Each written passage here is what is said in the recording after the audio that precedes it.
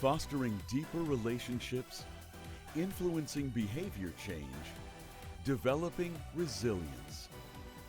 You're about to start winning. Here is your host, Christine Bright. Welcome to Parenting Game. I am so glad you are here. My guest is Kathleen Harwood from In the Moment Child and Family Therapy. Today, we're going to be talking about the topic of resilience and how to build it in your children. Kathleen, I appreciate you being here. Well, thank you so much for inviting me, and I appreciate being here because this is a topic that I talk with parents a lot. I'm a licensed professional counselor, and I specialize with children and families, and I'm also a certified parenting coach. So resilience is a topic that we talk about a lot. So I'm really excited to kind of dig in and let's cover this. Same here, because there's a lot of confusion. I know with parents that I work with as well, often they think resilience is, oh, my kid is good at getting over things. Mm-hmm. You know, like they just kind of get over it and move on. And that is not accurate. And how to define that your child is resilient. So, before we get in, how long have you been in practice and where is your practice located? So, I have been in practice for a little over 6 years. I am actually at a couple of different sites. So, most of the week, I am at Resurrection Lutheran Church in Verona, Wisconsin, and I have counseling offices there where I see children. I have a wonderful play therapy space that I use with children, but I also work with adults in parenting, and so we make use of lots of different pieces that we have in our therapy toolbox. In addition, on Fridays, I am at Christus Lutheran Church, and that's a Delavan address, but really it's just outside of Janesville. So I'm kind of in these two different locations. In addition, I also work online because, as you know, we've been in a pandemic, and a lot of stuff has transferred to online format. So that's another place I guess I'm out in the ether world.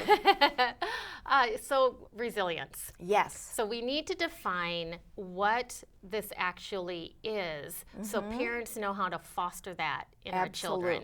So go ahead and give us that. Sure. So a short definition of resilience is simply the ability to come through adversity and be okay. To be okay. And you brought up a topic, and I was so glad you just sort of introed with this. This idea that our children are okay. They get over it. And that has bothered me for a really long time. We have a feel that children are resilient when in fact they simply have no voice. So when mom and dad divorce, when a sibling passes away, when some kind of tragedy takes place in their life, bullying, is a good one to use as an example.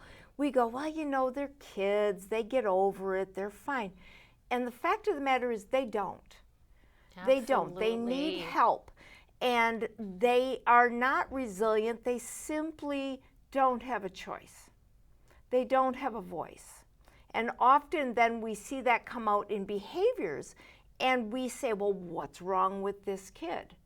And so in the topic of resilience, I want us to change how we are talking about it. And instead of saying what's wrong with this kid as though their behaviors are the problem, they are the symptom, we need to start saying what's happened?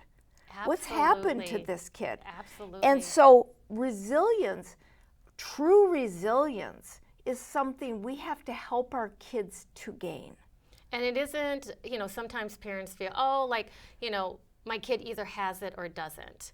And that is not the case. No, not true at all. Us with adults, it's something you can learn. It's something you can improve upon. So I say it's a growth mindset piece with that.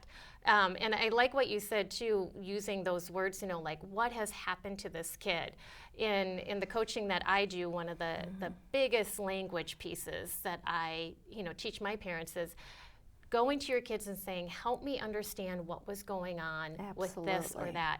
And, it's amazing when you invite them in and they tell you, what they're feeling. First of all, you need to to handle it well, because sometimes it can be surprising what you get. Absolutely. And now you've just been giving their emotions. But we can't just assume like, oh, they're just okay. And I love that, how you said that. It's just because they don't have a voice in that moment. So, with resilience, so now this is something, we want to build in our kids. Why? Why do we want to have resilient kids? Well, resilient children become resilient adults. Life has its ups and downs. It's this, right? We're never always in a good place. We're never always in a bad place. Mm-hmm. And so resilience is that ability to roll with it and to know how to handle it. And a big part of resilience, I'm going to actually refer to something that might sound a little off the rails, but I'll tie it back, I promise. There is a great book out there written by a gentleman who was one of the pioneers of positive psychology, and it's called The Psychology of Hope. And he talks about resilience as being a product of hope. Mm-hmm. So what is hope? Hope is the ability to reach your goals. And he defines it in two different ways. One is having the willpower, so the wanting to achieve this thing, whatever it is your child, that A in the class, or maybe surviving the class, sports, music. Think of the things, all the pieces of a child's life, relationships. Mm-hmm. How do I do that? I want to do that. They have the willpower to do that. But then something he defines as way power. And way power is understanding there are going to be barriers. There are going to be roadblocks between you and whatever that thing is. All of the really cool things we do in life take work and struggle. And when we help our children understand that these barriers don't mean they failed, it means you're human. Absolutely. And me too. I'm gonna put a pause real quick because I want you to circle back on something, because this comes up quite a bit with parents that I work with. When we see our kids struggle, and what you're talking mm-hmm. about here is helping them understand barriers. We are not talking about being a snowplow parent and eliminating those barriers for them. So I would like you to spend a little time there. Happy to. The importance of if our kids don't struggle, yes. and what it looks like to let them struggle. So if Absolutely. you could speak into that a little bit. Well, I like that you brought up the idea of the snowplow parenting, because that doesn't work. Mm-hmm. I am more interested in being a scaffolding parent. So what is scaffolding? Mm-hmm. Scaffolding is when we help our children to only the degree that they actually need to get to that next level of their development. So we're providing resources, support, encouragement, but we're not doing it for them. We're allowing the struggle. And let's be honest, for most parents, that's excruciating. It is. But and I'm going to be really right out there and say this is a lie we have bought into over the past several decades. We talked about in the 70s and the 80s and even into the 90s that we wanted our children to have good self-esteem. And we thought that meant they needed to always be successful. And what we missed was the underpinning of good self-esteem, which is something called self-efficacy. Mm-hmm. It's the ability to be effective. It's the ability to struggle and come out on the other side and saying, yeah, that was hard. Hey, I do hard things. Yes. And now I feel self-confident. And when I feel self-confident and effective, I feel good about myself. And that is self-esteem. Absolutely. And I always bring it back with parents is, think about something hard you did. I always have them focus. Think about mm-hmm. something hard you did, like completing a marathon or, taking a course mm-hmm. to advance your career. Absolutely. Right now I'm taking some certifications. It's way harder than I thought it was going to be. But I know on the other side of this, I'm going to feel accomplished. Right. And that your kids need to do that oh, yes. too. And we need to give them that gift. Yes. And it doesn't feel like a gift. It feels awful and feels yucky, and we just want everything to be okay with our kids. But we have to remember that we're not raising children, we're raising adults. Yes. And they have to be able to function once you're gone. Your job as a parent is to work yourself out of a job. Yeah. Or I always say, well, would you want your child right now to be your coworker? Yeah. And they're like, well, no. So when do you think you're going to start helping them be a good coworker? It's not just going to magically happen when they turn 18. But going back too is that, we're more and more research, and I've been seeing more books about it. Brene Brown talks about this too, that out of struggle is hope. Oh, absolutely. They're connected, and that's just been amazing research. And so one of the things, and I want to kind of circle back to something you mentioned about parents, when your children open up to you. So part of this resilience piece is being that parent that they can open up to, which means you have to be ready for whatever is coming out of them. Yes. There's going to be big feelings, and that can be really uncomfortable for a parent. And how do you just sit with your child and don't jump into problem solving mode, but to be attuned, to be that soft place to land, to be able to say, wow, that was hard. I can see where you would struggle. And to really normalize these very normal big feelings. And when you do that from the time they're small all the way to adulthood and beyond, you have now fostered resilience. You have told them that you're a safe place to bring big things to, and that's what they need from you. They don't need you to solve the problem. They need you to help them solve the problem. Correct. And another misnomer that sometimes parents have when we start talking about this resilience piece isn't the lack of emotion. Oh, not at all. They also think too, oh, they're fine. They don't seem upset. It's great. Or look at them. They just moved on. Well, that's not healthy either. It's not about stuffing down your emotions and not recognizing that. It doesn't work. We all know it's going to come out somehow, and usually with our children, it's going to be behaviors. Sure, and all behavior is communication. What is your child communicating? Yes, and so making it a safe place for them to talk out those big feelings is part of it, and then how do we appropriately process these feelings? Sure. To make sure we don't get stuck, that we can move forward. Sure. So we have some definition. It is a very deep and broad topic. So now parents, are like, oh, okay, I see what I need to do, what I may need to change. What are just some practical steps to start fostering that in our children? So first of all, I'm going to start with circling back to something you just said, because this is a great entry point. The first thing we need to understand is our children are trying to protect mom and dad. Absolutely. So why don't they talk to you? Why do they appear like everything's okay? Because they don't want to worry you. They don't want to disappoint you. They don't want you to be angry with them. And there's a lot of shame. I've failed. I'm struggling. It's about self-worth. So this is where it starts. And to understand that your child isn't talking, then you need to. And what does that look like? That might look like you attuning to what you see, to the nonverbals, facial expression, voice inflection, body language.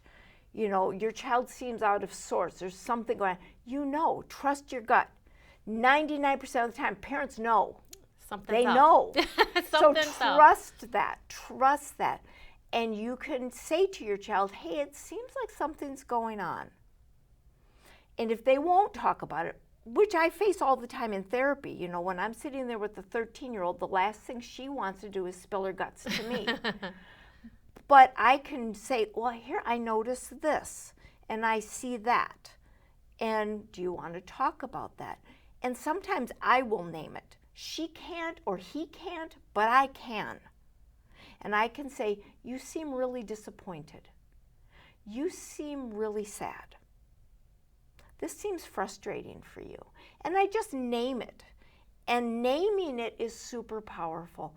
When we take these emotions, these big feelings, and just put them out in the air, One of the few things that Sigmund Freud got right was talk therapy. Lots of stuff we've disproven about Freud. Yeah. But he got talk therapy right. There is something about putting it out in the air that takes its power away. Oh, absolutely. And so when we can talk about it, we've already, a problem defined is half solved. Correct. So when we can do that, what do we foster in our children? One, Mom and Dad get me. Wow, I'm seen, heard, and understood. Mm-hmm. Powerful, powerful. We have no idea. We can't solve the problem, but we can solve that. Mm-hmm. And, that's something, with Parenting Game, I have a dear friend, and the language that I developed that helped me understand peace came from a conversation with her. Here is a very, achieving woman, beautiful. And we were getting together for a dinner, and you could just tell it's going to be one of those dinners where it was going to be a heart and soul type conversation. And I just had this image of her just put together, beautiful. And it came down to, she goes, I just wish my mom understood me. And here's, an adult. Yeah, it doesn't go away, does it? Yeah, and as soon as you can do it. And I also want to have you speak into something, because this is an issue that I've had, I shouldn't say with most parents, is that time when you do allow them to talk and they're sharing their emotions, and handling when they're mad at you.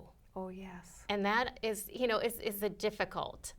Fortunately, I had some training, and so not as early, I guess, as I would have liked with my son, but by 6th, 7th grade, I had some training, was able to handle that. But speak into that, because, so you're talking about affirming. Yeah. So, they're come, and now the situation is that they're mad at you, their parent, about something. So give some just some wisdom into that when a parent first of all, that. If your child is actually verbalizing the anger, good. Yeah. Good. That means they feel safe enough to verbalize the anger. And they may not. You may know they are really angry, and you're getting the silent treatment.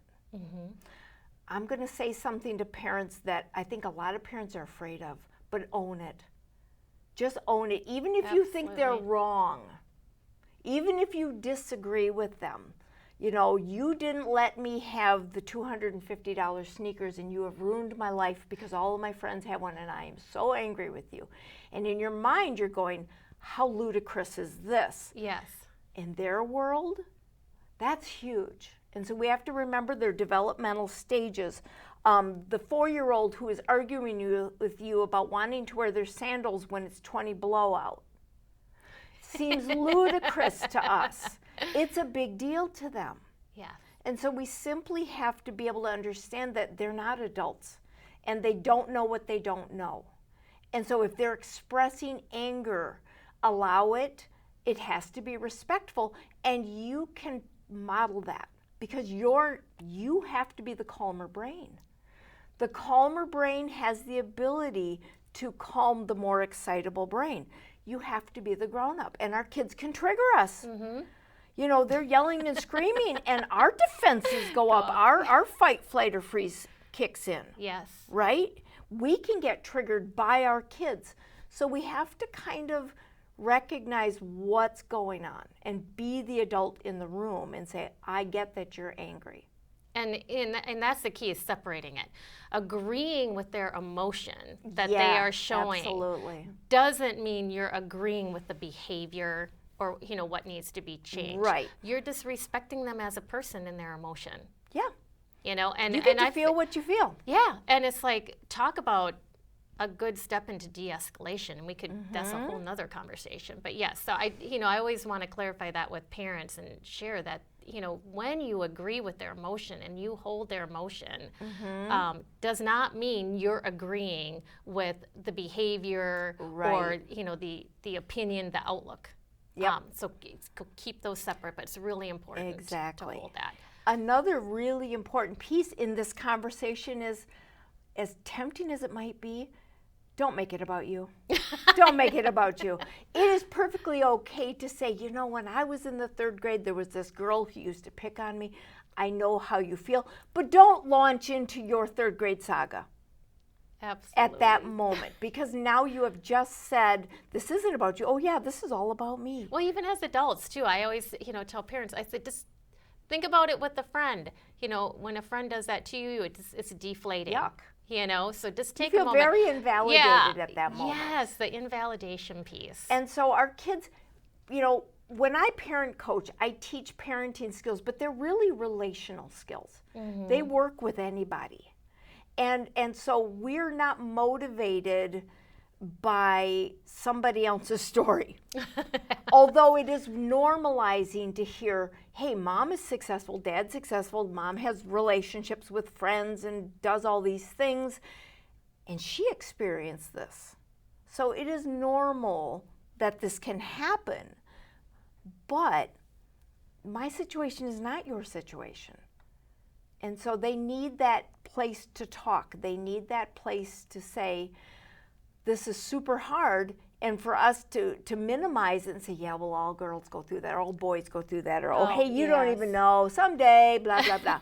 They can't picture someday. Mm-hmm. They don't have the ability in their mind to picture what you're talking about. So we got the first piece, making it a safe place, handling their emotions well to build that resilience.